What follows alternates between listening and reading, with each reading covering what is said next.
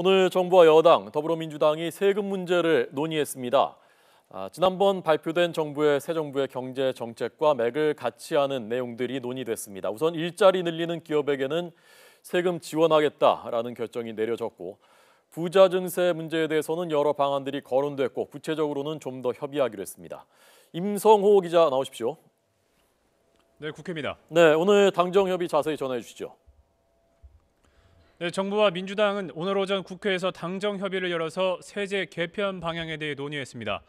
우선 일자리 창출을 위해서 고용을 늘리는 기업에는 세제 혜택을 주고, 또 비정규직을 정규직으로 전환하거나 임금을 올린 기업에는 세액 공제를 확대하기로 했습니다.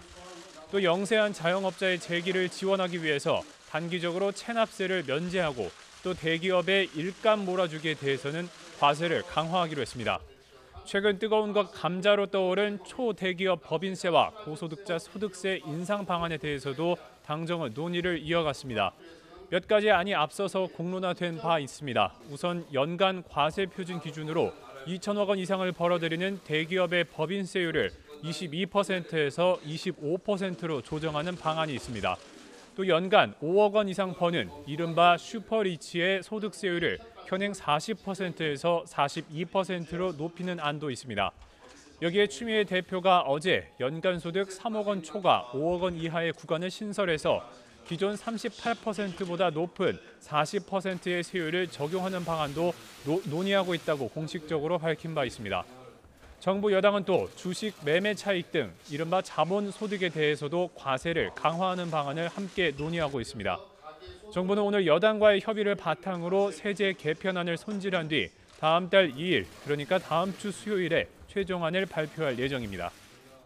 네, 오늘 증세 문제에 대해서 여야 공방도 계속됐다면서요?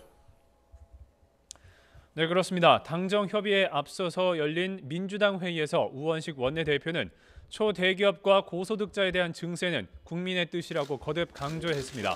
그러면서 야권, 특히 국민의당과 바른정당을 향해 강한 비판을 제기했습니다. 직접 들어보시겠습니다. 특히 자유한국당을 제외한 나머지 원내 두 당은 대선 공약과 법안 형태로 법인세 정상화를 국민에게 약속해놓고 슈퍼리치 과세에 반대하는 모순된 반응을 보이고 있는 것은 대단히 유감스럽습니다. 우 원내대표는 국민의당과 바른정당의 증세 공약은 민주당의 기조와 다르지 않다고 거듭 강조하면서 공식적으로 조세개혁 논의를 시작하자고 호소했습니다.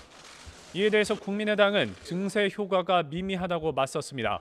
문재인 정부의 100대 국정과제 이행에는 향후 5년 동안 178조 원이 필요하지만 현재의 초대기업과 고소득자 증세만으로는 그 재원을 충분히 마련할 수 없다는 건데요. 직접 들어보시겠습니다.